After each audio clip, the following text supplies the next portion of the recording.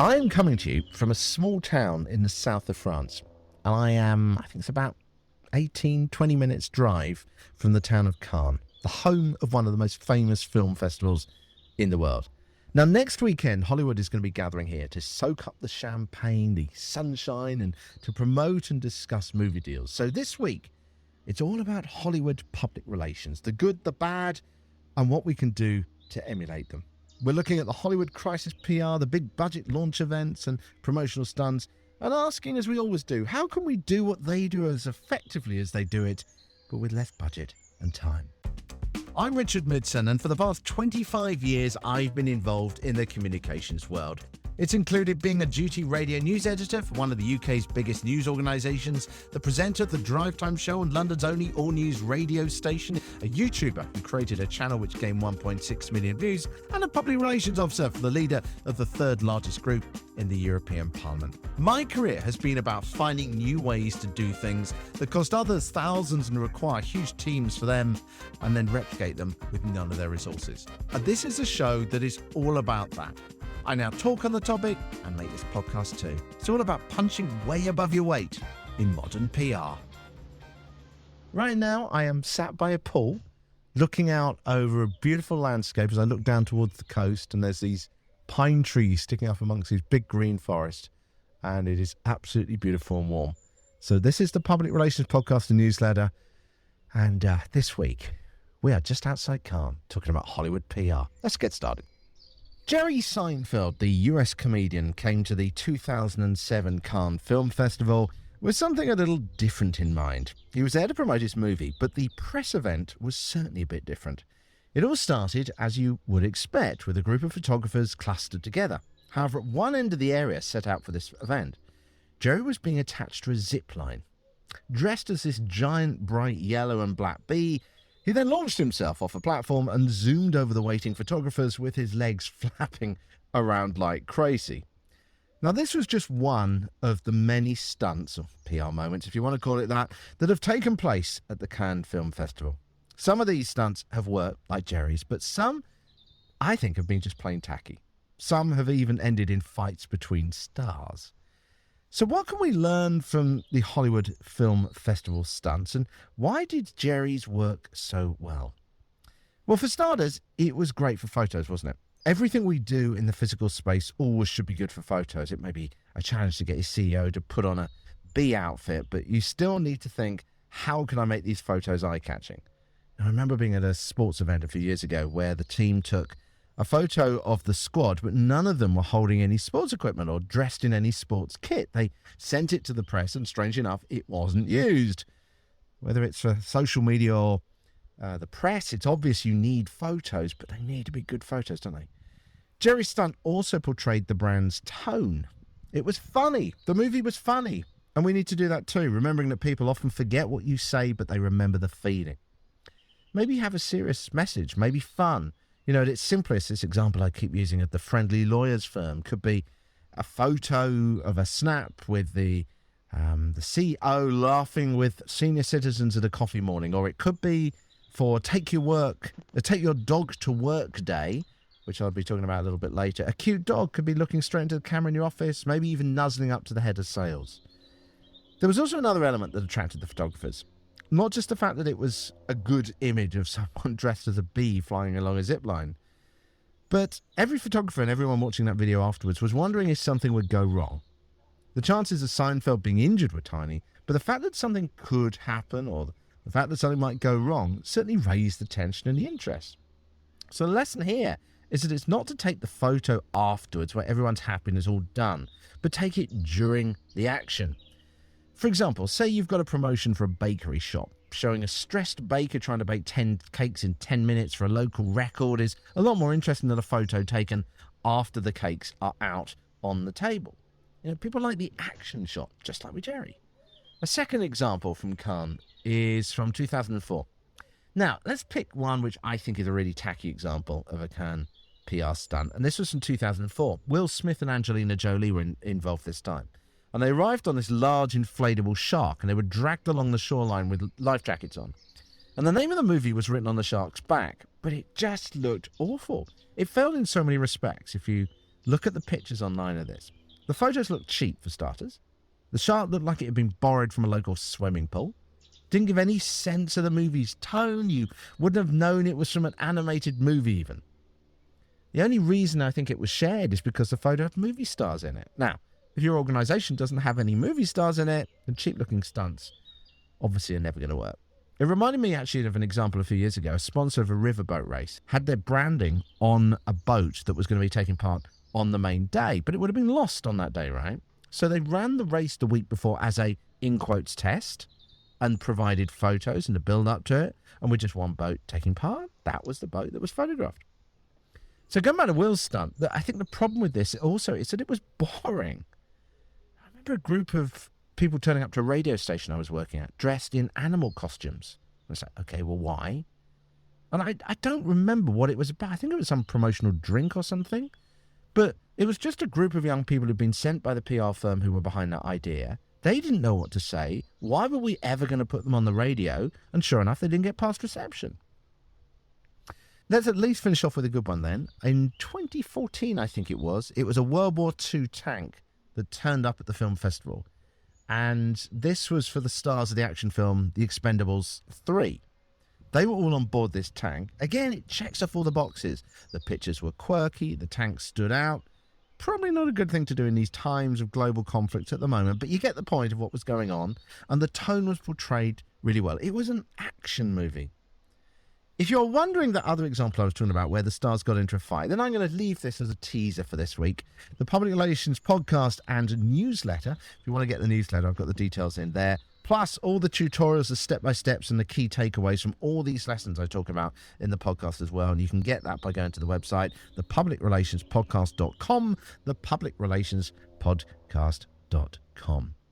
Got two more things to talk about today, all about launch events, because there are a bunch of those going on down the road at the moment. In fact, I was talking to a chef earlier today, actually, who is involved in a lot of these events. If you don't know the Cannes Film Festival, so it's basically a collection of the movie industry that comes over to the south of France for 10 days it is. And they have everything from the actual award ceremony where they judge films, but there's a lot of parties, a lot of industry events that are going on at the same time because you've got all these people at the same place. It's like having a conference. But it's a beautiful place, so they hire out these villas with gorgeous views, and they have spectacular French food. And as I say, we were talking to the chef who works at these villas, and she was saying that they're just some of the most lavish, expensive places that get hired out for these parties. Then they have to cater for anything from, sometimes she said they can be quite small, sort of 15 people, but all the way up to a couple of hundred people. And they bring in the local staff to manage that and provide really top-notch food. And, of course, plenty of French wine as well. So, sadly, I haven't been invited to one of those. Maybe in a future year. But it's certainly interesting talking to the people around here about the impact it has on the town. Right, let's talk about launch events, though, because that's far more useful for everyone listening to this podcast. You know, Cannes, as I say, is full of launch parties. Even those that aren't part of the official event, they're just going on everywhere, not just even in the main town of Cannes as well. You know, the champagne is flowing, the beautiful people are mingling, a few short speeches are made, and then you know what happens after this? You go along to these things, you hear the speeches, you start drinking, and then you forget completely why you're even there. I think anyone that listens to this podcast has probably been to plenty of launch events in their life. And if you're honest with yourself, do you often remember next morning why you went to that party? You probably don't. Now, if you have a Hollywood star turning up to your parties, then I'm sure this will certainly delight your clients if you're bringing them along as well and look great in your organization's photo album. But do they actually achieve anything, these champagne receptions? You know, so can we do better than Hollywood? I personally think that events that provide experiences are far better. And it was interesting because I attended an event the other night, which was the launch of an events business post-COVID industry report. So how the events industry is recovering after COVID in the United States. And they agreed in this report that people are now looking for return on investment of these launch events. So launch parties are in decline, but launch experiences and things that really do achieve a result are on the climb. So here's a few ideas. First of all, don't just go and get a lavish venue and fill it with lots of great wine. Get a small venue. Make it accessible, but the experience is far more important than an expensive venue. Dress it well with your brand and product. It doesn't have to be, right in the center of a city. It can be somewhere further out. As long as people can get to it, it's better to spend less on the venue and provide an amazing experience that people will talk about for ages. Then invite the influencers, the bloggers, the podcasters, the premium newsletter writers, etc., and tell them that this is going to be an event to remember because of a unique experience. Point out you're going to give them all the photos, the interviews, whatever they need to create their content. In other words, you are going to make it worthwhile. And I'm talking about these people as well, like the influencers, bloggers, and podcasters, because the people that we ultimately want to get along to these are not just the general press who might mention it in passing, or might give a quick sort of fleeting glance to it. We want the people that have got a genuine connection with the people we're trying to reach. And remember also, when I say influencers, I'm not talking about, if you're in the steel industry, I'm not talking about some teenage fashion blogger. I'm talking about people that are influencers within that industry. So what do they do? If they're putting out tweets, what can you do to help them create those tweets? If they're putting out Instagram accounts, pictures, what can you do to help them create those pictures? Now, at the event, don't just hand out wine and let them mingle. As I say, get them involved with the project. The most easy way to explain this is with an obvious one. So that's the makeup industry, right? So don't leave a few products around the room to try and get them to play with the makeup or look at some products. Get a makeup artist in. Give the guests a makeover. Of course, they're going to be taking photos of themselves, of that kind of thing, and sharing it. And you're not even going to have to pay them to put those pictures online. They're going to be doing it anyway. Now, if you're not in makeup and you sell, say, investment properties, do some investing live. Get some experts in there and actually get online and go and do some investing. Make it actually happen. If you are at the steelworks, then do it at the steelworks. Don't do it at some hotel down the road. Do it somewhere where you've got some amazing photos of machinery and stuff like that. So again, think about your photos, just like we were talking about with stunts a little bit earlier. You can set up so much of this stuff in advance. Give them visually stunning backgrounds that is going to make them want to share those pictures without you having to even pay them anything to do that. So what if you do something that doesn't have a physical product or something physical that you can do? Well, you can still create an experience. Obviously, you can dress the venue that you're at, but also you can do it really simply if you think about it. I was talking to some event organizers the other day who brought in two successful self-made businesswomen to not just do a panel discussion that everyone there would then have to pick bits and pieces out, but then to provide one-on-one interviews afterwards as well. Every journalist ultimately wants to ask their own questions, even if it's identical to the other journalists there. So providing one-on-ones, even if it's boring for the people who are doing this experience or doing the interviews, is a lot better way of making sure that you get coverage, because who's going to do a one-on-one interview and then not use it? So get along some really good case studies and let them be interviewed one-on-one and in a panel format.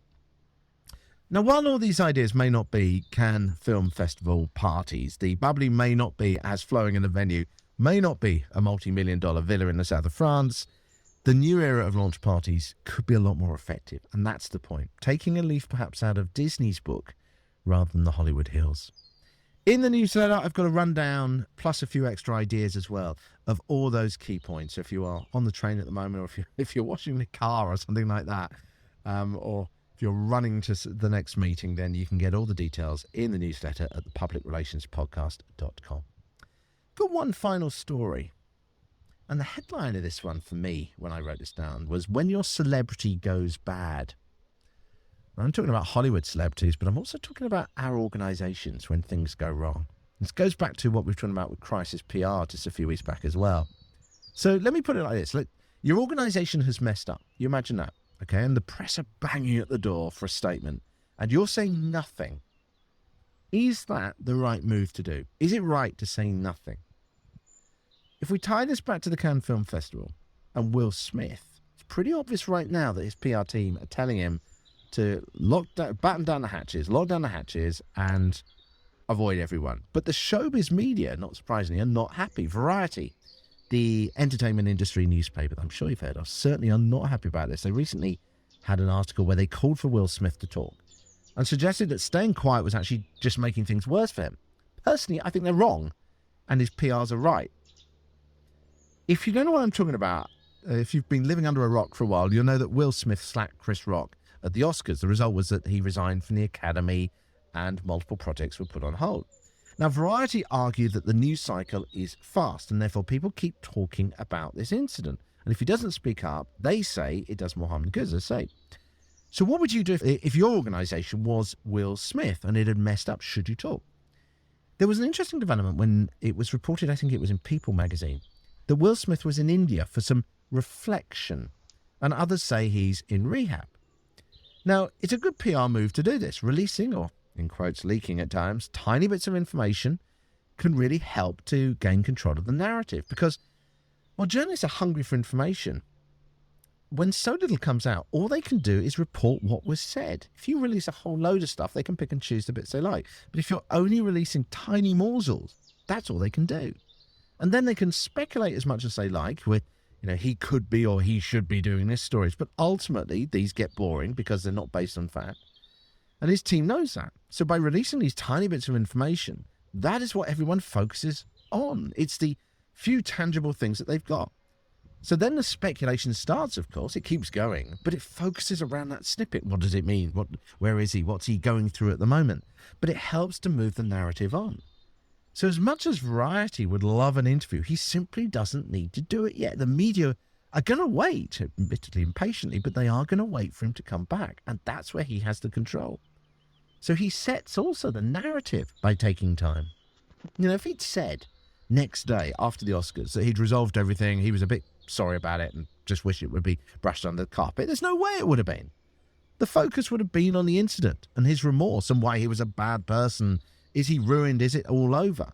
But as time passes, this narrative starts to change because people start to wonder, well, what is he doing? People wonder when there's a silence, when there's a vacuum, they wonder what's going on with it. What are the experiences like he's going through right now? What journey has he been undertaking? What has he been doing? Silence breeds that curiosity. And there are only so many column inches in a newspaper or magazine and only so much airtime. So when he finally talks, the aim is going to be to fill as much of that as possible with the redemption story, not the incident that sparked it. You think about the sequence of events, okay? So we've got the apology at first, which he did in quite a simple way, although it did feel a bit trite. And I'm not sure he pulled that off quite as well as he could. Then he takes time to repair, both publicly by disappearing and in reality, so genuinely going and fixing things. And then he comes back with a story of repair and redemption, explaining how things are changing, how he let people down and how he's on the road to recovery and what he's doing now. And then you go quiet again and reassess as the narrative settles again. So how can we apply this to our organisations? Well, I think there's quite a few ways. Again, I've run down through the key parts of that within the newsletter, but it's basically a pattern of that again. It's about admitting what we did wrong and then going quiet, fixing that, then coming back with a resolution and the redemption story. As I say, all the details in the newsletter this week at thepublicrelationspodcast.com, thepublicrelationspodcast.com. It is absolutely beautiful here, by the way. Right, we've got a couple of diary dates just to finish off today. And first of all, it's the 21st of June. The hashtag is International Yoga Day. So for any kind of spirituality or well-being business or organization, if you're involved in that, it's obviously a great opportunity to talk about that.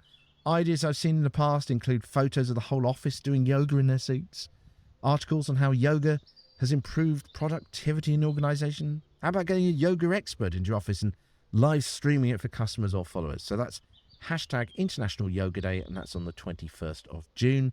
Then the 24th of June, I mentioned this earlier, Take Your Dog to Work Day. This day was originally set up by a pet sitting company, but it's remained popular. The idea is as simple as it sounds. I've seen people sharing pictures of cute dogs in offices on social media, sitting on desks, dogs with glasses on in the boardroom.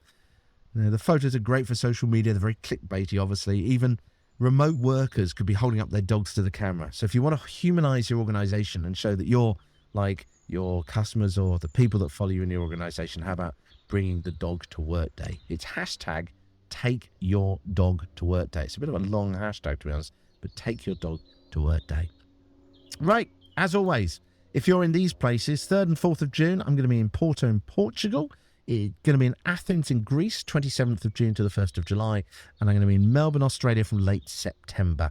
I would love to meet up. Let's have a coffee. Let's talk about what you do in PR or your ideas or your challenges. It would be fantastic to learn what you are doing. There's no agenda. There's no need for any agenda. I'm just interested in connecting with people that listen to this show and finding out what you need from the show as well, and some of the ideas I can share with listeners too. Next time, I've got an exciting couple of episodes coming up actually on the Public Relations Podcast and Newsletter. Next week, how can your website do its own PR? Now, it's not completely hands-off all this stuff, but I've got a bunch of ideas because I've been quite heavily involved in the WordPress world for a few years.